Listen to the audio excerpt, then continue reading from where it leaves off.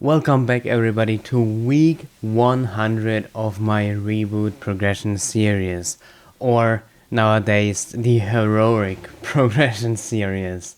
In this week's episode, I'm just gonna look back on all the success that I had on this character and, to be honest, the whole account while I go through my dailies here. And I always start off the day with my Night Lord dailies. This is one of the characters that is being sent to 250, one of my bossing mules that I play every day in order to, just get it strong and leveled up in order to get that 1% additional crit rate. Yes, we are at this stage where we need every tiny bit of Legion improvement, and 1% crit rate is 1% crit rate, right? Next up, we also have the Night Troop event going on right now, and for the first week I did choose the I don't wanna grind ticket plan because I was gone over the weekend, right, and I really didn't feel like grinding this week and said to myself, okay, might as well make the most of it and take the, 30-minute grind plan or whatever, and just do that instead of the 2-hour plus daily grind plan. And yeah, this is one of the things that makes me not quit the game, because I know, alright, this week's gonna be a little tough on the time that I have to play the game, and I'm just not gonna, stress it, right? I don't feel like I'm obligated to go through all the daily activations, but I'm especially not obligated to go through the daily activations if I choose the short plan, right?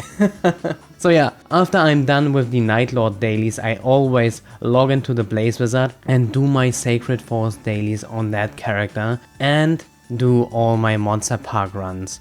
Monster Park is still important on this character because I do want to get the 7-day Monster Parker badge, and afterwards I will proceed to, do Monster Park on the Night Lord, and once the Night Lord is like 247 or 45 or whatever, right, I will just do the Monster Park runs and all the dailies on my next Legion character, right, which would be probably Marksman. I think people don't really like grinding Marksman, but I'm not sure if they are referring to like grinding or just doing dailies in Monster Park.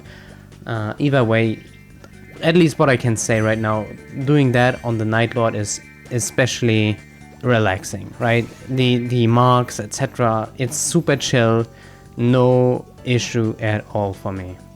So yeah, I already said we are always working on Legion, and I'm about to hit 9.5k Legion, which I'm super stoked about, right? It took basically 100 weeks of progression to go from 8,000 Legion to 9.5k. And yeah, I know, what? You started out with 8k Legion in week 1? Yeah, I actually started playing Reboot with the Destiny update and created my Corsair during that update in order to figure out if I even like playing Maplestory and if I want to do a progression series. And then instead of just starting over again, I just, took that account and started my progression series. Also, a lot of other series just start at 0, and then, the first few episodes is just, okay, let's level Legion. And we just skipped over that part in the series, I would say. And yeah, Legion is really one of the things that I really do enjoy doing, and I feel like getting from 9.5k to 10k is probably gonna take, at least another 100 weeks of playing the game. But I'm really astounded, really, that I still haven't quit the game, in parts because, I just like doing YouTube, of course, right, but also because I feel like I can play at my own pace, right? I'm not really pressured to do any content or play a certain amount of time, and that's really the pitfall that I did face the last times I played the game, right? I committed more and more time, and then I couldn't keep up with that anymore, and then I just, collapsed, everything fell apart, and now I go about everything at my own pace.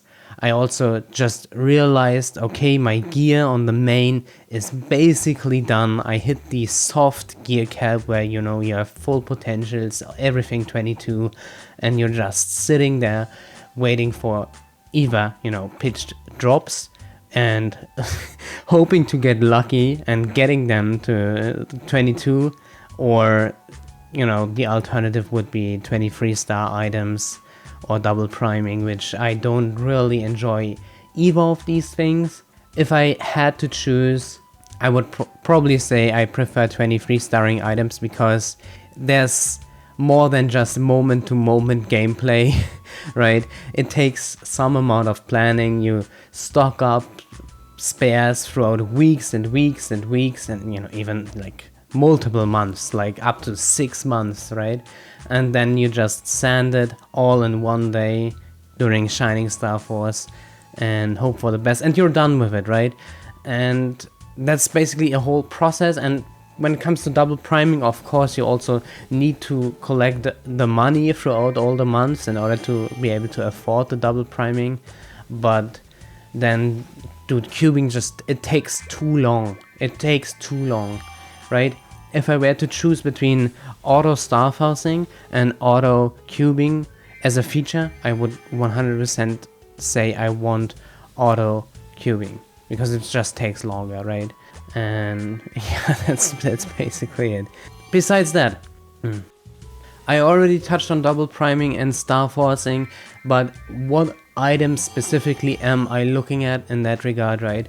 So for double priming, it would be my Source of Suffering. It's already at 22 stars, and I would like to also get a double prime potential on this item eventually.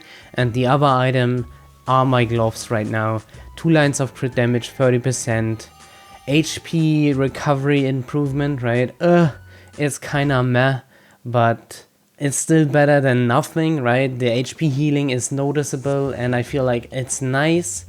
And, you know, just comparing between the two, it makes much more sense to go for the proper 3-line potential on the gloves rather than the Source of Suffering, because, you know, I get at least 7% alt set, maybe 10% stat from an average, I think, like 50-60 bill spent, right? And when I compare that to the softs, which is, I think, it's a 3% stat improvement, so half or less than half for more than 50 to 60 bill, it's kind of obvious that I should be spending on the gloves right now.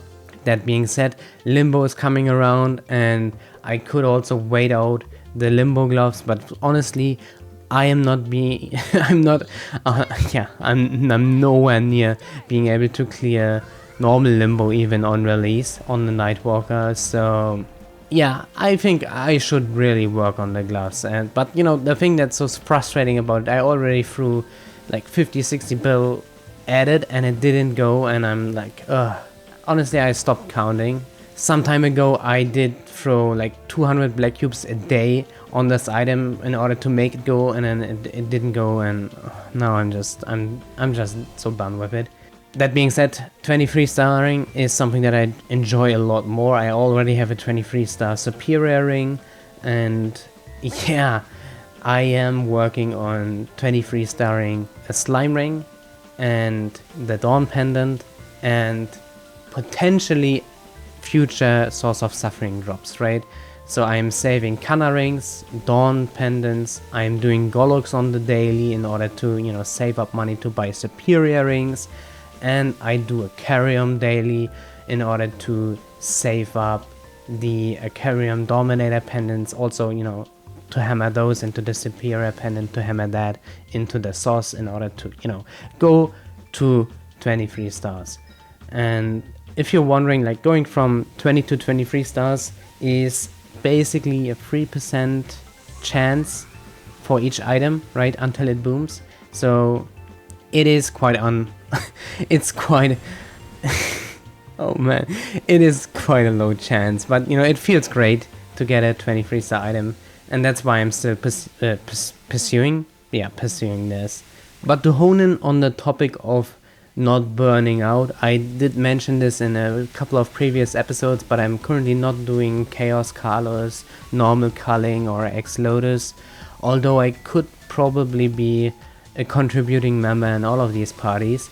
It's because all the scheduling and the failed runs, etc. just takes so much time out of my day, and I'd rather just do something else with the time, as well as committing to these parties is a little bit too stressful for me, and I am fearing burning out, and that's why I'm not committing to that, and I think that's totally fine for me. I am just getting started with improving my damage again when it comes to 6-job progression. Dude, this is the best thing ever, right? I just finished putting 15 points into Soul Janus, and now I can focus on bets. I will get my bets, the second mastery up to 15, and then I'll take my origin from 20 to 30, and then, I feel like a really, really strong Nightwalker, I think. Getting the origin to 30 is one of my main goals in order to, get the Punch Kings down, right? Get the full score. I think it's 1500? Oh no, I think it's 1150, right? I don't quite remember the max score on the Punch Kings right now, but with more points in origin, you get so much more disproportional damage on the puppets, right? Because you're only 2 minutes in the puppet room, right? But the FD gain is calced around the full 6-minute rotation, so it's always 3 times as much. As well as, it just feels nice to have a maxed out origin. Besides that, you can also tell, the 6-job progression looks kind of evened out, and that's just because I'm such a freak for numbers, right? That's also why I'm stopping Soul Janus at 15 instead of like 19, right? I don't use the balls, I use the lightning attack. And that being said, even without putting any points into Soul Janus, I do max out the maps that I'm farming in, no matter what. And I really only did put in the points to get more experience while grinding, right? Because that's one of the main things that I can do in order to improve my damage, right? And then if I circle back to burning out again, that's also, another strategy here, right? If I look at all the potential ways that I can improve my character's strength, most of them are kind of impacted by how lucky I am getting, right? Obviously, getting pitched items takes a lot of luck. Getting them to 22 stars takes even more luck, right? Getting 23-star items, you need to get lucky. Getting these double primes, you need to get lucky again. Of course, between all of those systems, you're gonna get lucky somewhere, right? But you're also gonna get very much unlucky sometimes, unfortunately, right? And that's why I kinda handed over the steering wheel to somebody, at the Nexon HQ. They can decide my character's fate, and I've completely disregarded any gains that I can make that are bound by these RNG systems. Honestly, the less I care about cubing, star forcing, getting items, the more I can focus on the things that I actually do like in the game, and that is grinding. Yeah, I know. But also judging by the level and the bosses that I do, etc. Right? It's kind of obvious. I do like the grind more than anything else, to be honest. I do enjoy the bossing, of course, but I don't push. Some people are 282 and start doing Sea Careless with like 30% damage reduction, but they are so progressed and so good at the game, etc. That they can allow themselves to do that, right? And I'm here not doing anything, although I'm 285 already, just grinding away, having fun, right? And yeah, grinding is really the only thing that I can do that is completely RNG free. I can get additional levels to do more final damage on normal culling and sea colors in the future, as well as limbo when that releases, as well as HLotus, right? When I get to these bosses, I will do more damage to them because of my level advantage, right? It's 2% per level, as well as, you need to be 286 in order for the Cadena link to kick in. And trust me, I have not adjusted my link skills for C colors and culling or HLotus specifically, just, you know, to maximize that. I didn't switch out the Cadena link for Adele or something like that. No, I don't care. So yeah, hitting 286 is gonna be the biggest improvement. 2% final damage through the level advantage modifier, and then we have, I think, 4% through the Cadena link skill. Yeah, that's gonna be a great time. And besides that, yeah, I'm leveling slowly but surely towards 290. I'm 100% not gonna be 290 by the time the new area drops. I think in EU reboot, not even 100 people are gonna be 290, maybe 50, and that's really gonna be it. So yeah, oh man. And lastly, to also have this be part of the video, I want to thank everybody who's been watching these episodes. It doesn't need to be, you know, for a long time, right? I know YouTube cycles in and out viewers all the time, especially when it comes to, you know, the new meta. And anyways, thank you so much for watching and writing comments. I do read everything, right? And with that being said, I have one more thing that I want to show you guys, and yeah, let's check that out together. So yeah, here we are in the guild castle in the boom room, and even though there's no event to celebrate 100 weeks of progression, I want to Star Force, and I am gonna Star Force something, because I just noticed I have this in my inventory, and you're wondering, dude, are you gonna Star Force this? No, I'm gonna hammer this into a slime ring and go for 23 stars. Why is that? Because we have this item, right? 850k improvement through the 23rd star. Oh no, that's not even true. It's a fake double prime, so you know, 9% dex and what is it, 22? No, 18 attack. Yeah. Ay. So anyways, let's get this guy. Oops, no, that's not what I wanted to do. Okay, I want to use this one exactly and hammer it into this bad boy. So, dude, triple prime luck. Damn, that's so nice, right? But okay, let's. Okay, oh man, stressful. Okay, yes. Okay, this is the item. Oh man. Okay, and where is it? Here it is, my boy. Let me just link this item in Ali chat. My boy. Okay, let's get this party started. Okay, I want to Star Force, and I want to Star Force this bad boy. 23 stars, here we go. Oh. Okay, and now? Okay, this would have been... Okay, and now? Okay. Chance time at 20. You gotta love to see it. Another attempt. 3%. Okay.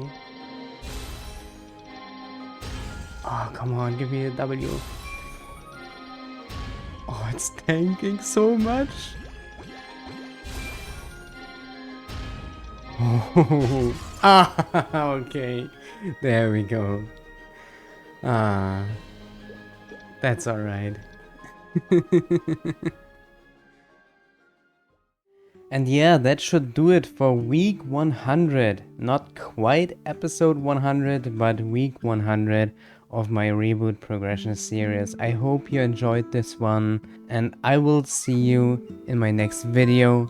Members get early access as always. Thank you so much for watching. Take care, and bye bye.